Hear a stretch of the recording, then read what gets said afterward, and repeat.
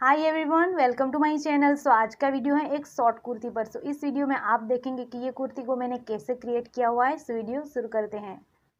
सो यहाँ पर मैंने ये 1.5 मीटर लाइनिंग लिया हुआ है और ये जॉर्जेट फैब्रिक है, ये मैंने 2 मीटर लिया हुआ है। अब हम पहले लाइनिंग के ऊपर मार्क करेंगे।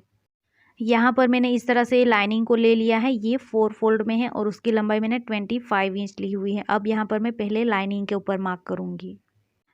अब लूँगी मैं शोल्डर मेज़रमेंट। तो मेरा शोल्डर मेज़रमेंट है 14 इंच, तो उसका आधा 7 इंच आएगा। लेकिन मैं यहाँ पर 1 इंच कम करके लूँगी 6 इंच पर। आप इस तरह से भी कम करके ले सकते हो। तो 6 इंच लेने से क्या होगा, यहाँ पर जो शोल्डर की विड्थ है वो कम हो जाएगी और यहाँ पर हमारा जो आर्म होल है वो इस तरह से थोड़ा सा अंदर से आएगा। तो यहाँ पर इस तरह से भी आप 6 इंच पर ले सकते हो। तो अब मैं यहाँ पर 6 इंच पर मार्क कर लूँगी। उसके बाद हमें शोल्डर से ही लेना है आर्म होल 6 इंच पर। उसके बाद बस्ट लाइन आएगा 10.5 इंच पर। हमें यहाँ तक ही मार्क करना है, बाद में हमें यहाँ से उसे स्ट्रेट ही ड्रॉ कर लेना है। हमें सिर्फ बस्ट लाइन तक उसे मार्क कर लेना है। उसके बाद हमें यहाँ पर इस तरह से लाइन ड्रॉ कर लेना है। अब लेना है राउंड मेज़रमेंट। तो मेरा राउंड मेज़रमेंट है बस्ट एरिया का 34 इंच, तो उसका 4 से डिवाइड करने पर आएगा 8.5 इंच। तो अब मैं यहाँ पर 8.5 इंच पर मार्क कर लूँगी। अब हमें यहाँ पर क्या करना है, 1 इंच की लूजिंग देनी है। तो आपका भी जितना भी मेज़रमेंट है आप उसमें 1 इंच की लूजिंग दे दीजिए। तो यहाँ पर मैं 1 इंच की लूजिंग दूंगी और हाफ इंच दबाव के लिए रखूँगी।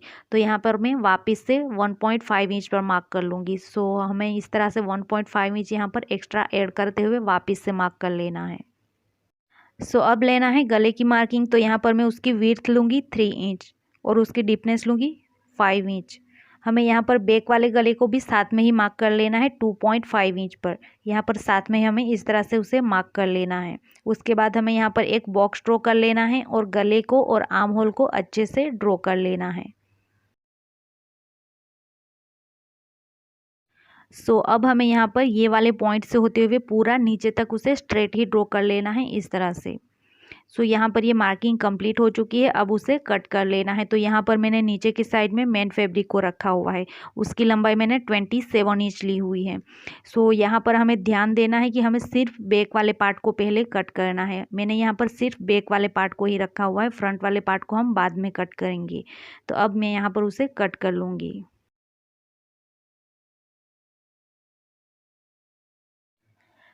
यहाँ पर ये कटिंग कंप्लीट हो चुकी है। अब यहाँ पर ये दोनों लाइनिंग को अलग कर लेना है। यहाँ पर ये फ्रंट एंड बैक के दोनों लाइनिंग है। अब मैं यहाँ पर ये फ्रंट वाले लाइनिंग को अलग कर लूँगी और यहाँ पर इस तरह से मेन फैब्रिक पर रख लेना है। यहाँ पर ये फ्रंट वाले कपड़े की लंबाई भी हमें बैक वाले कपड़े की जितनी ही लेनी है, लेकिन उसकी विड्थ हमें ज़्यादा लेनी है। तो यहाँ पर मैंने ये कपड़े की विड्थ ज़्यादा ली हुई है इस तरह से। आप यहाँ पर देख ही सकते हो ये विड्थ 11 इंच ज़्यादा है। तो हमें इस तरह से ये फ्रंट वाले कपड़े की विड्थ ज़्यादा लेनी है।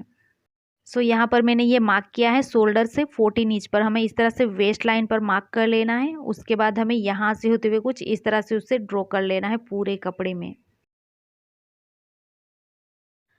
यहाँ पर इस तरह से ये लाइन ड्रॉ हो जाने के बाद हमें यहाँ पर मार्क करना है वापस से। तो यहाँ पर हमारी जो ये बंद वाली साइड है उस साइड से हमें यहाँ पर मार्क करना है 4.5 इंच पर इस तरह से। अब हमें यहाँ पर ये वाले पॉइंट तक हमें इस तरह से यहाँ से होते हुए हमें उसे कट करना है। लेकिन हमें कट करते टाइम लाइनिंग को निकाल लेना है, सिर्फ हमें मेन फैब्रिक पर कट करना है। अब यहाँ से हमें उसे कट कर लेना है। तो यहाँ से होते हुए कुछ इस तरह से यहाँ तक तो हमारा लाइनिंग और मेन फैब्रिक साथ में कट होगा। उसके बाद हमें यहाँ पर लाइनिंग को निकाल लेना है। उसके बाद हमें सिर्फ मेन फैब्रिक को कट करना है। यहाँ पर मैंने ये वेस्ट लाइन तक कट कर लिया है। अब यहाँ पर हमें लाइनिंग को निकाल लेना है। तो अब हमें यहाँ पर क्या करना है, जो यहाँ पर लाइनिंग में पिन अप किया है उसे निकाल के हमें यहाँ पर मेन फैब्रिक में पिन अप कर लेना है इस तरह से। उसके बाद हमें यहाँ पर लाइनिंग को निकाल लेना है। अब हमें यहाँ पर ये मेन फैब्रिक को कट कर लेना है। जो हमने ये लाइन ड्रॉ की थी वहाँ से हमें उसे कट कर लेना है और यहाँ पर जो हमने बंद वाली साइड पर जो मार्किंग किया था वहाँ तक हमें कट करना है। ये जो बंद वाली साइड पर हमने 4.5 इंच पर मार्क किया था वहाँ तक उसकी कटिंग होगी। यहाँ पर आप देख ही सकते हो इस तरह से मैंने उसे कट कर लिया है। हमने जो मार्क किया था वहाँ तक ही उसे कट कर लेना है। इस तरह से उसकी कटिंग आएगी। अब हमें यहाँ पर छोटी छोटी प्लीट्स डालनी है। यहाँ पर हमें ये वाले कपड़े के अकॉर्डिंग प्लीट्स डालनी होगी। यहाँ पर हमारी प्लीट्स रेडी हो जाएगी। उसके बाद हमें यहाँ पर उसे वापस से अटैच कर लेना है। सो यहाँ पर मैंने ये कपड़े में प्लीट्स को कंप्लीट कर लिया है इस तरह से दोनों ही साइड में। अब हमें वापस से यहाँ पर ही उसे अटैच कर लेना है। सो अब हमें यहाँ पर ये प्लीट्स को इस तरह से ऊपर वाले कपड़े पर इस तरह से रखना है। हमें यहाँ पर सिर्फ किनारी पर रखते हुए उसे इस तरह से अटैच कर लेना है। कपड़े को हमें ज़्यादा ऊपर से नहीं रखना है, हल्का सा किनारी पर ही रखते हुए उसे अटैच करना है। वैसे भी यहाँ पर बाद में हमें यहाँ लेस को अटैच करना है, तो इस तरह से यहाँ पर हमें सिलाई कर लेनी है दोनों ही साइड में। सो यहाँ पर मैंने ये प्लीट्स को यहाँ पर अटैच कर लिया है इस तरह से दोनों ही साइड में। सो ये कुर्ती कुछ इस तरह से लगेगी।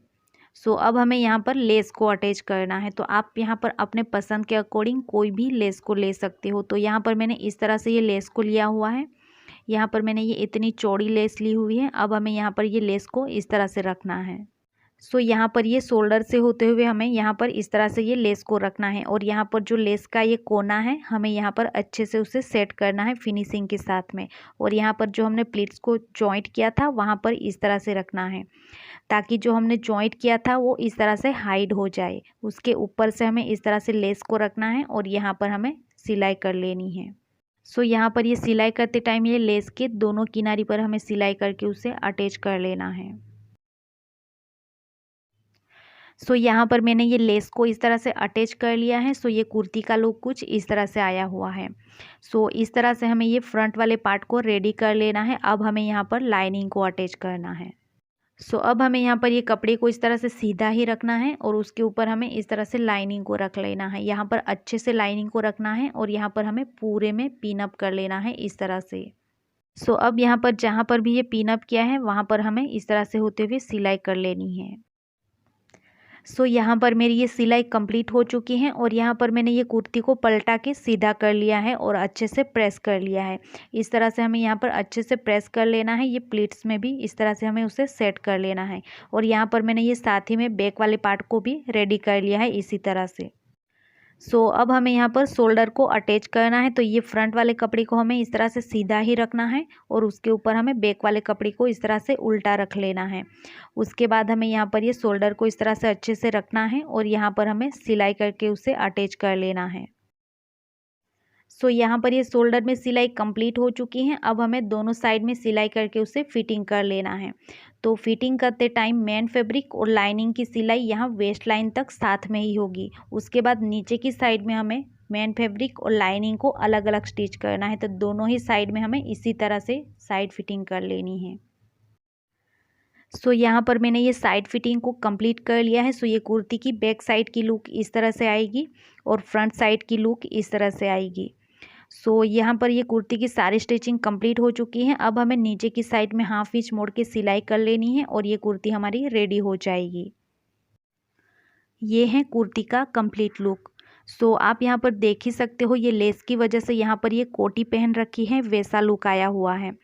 सो ये वीडियो आपको हेल्पफुल लगी हो तो आप उसे लाइक कर दीजिएगा, और चैनल पर नए हैं और ऐसे ही स्विंग से रिलेटेड वीडियो देखना चाहते हो तो आप मेरी चैनल को सब्सक्राइब कर लीजिएगा और साथ में बेल आइकन को प्रेस कर दीजिएगा ताकि आने वाली नई वीडियो की नोटिफिकेशन आप तक पहुंच सके।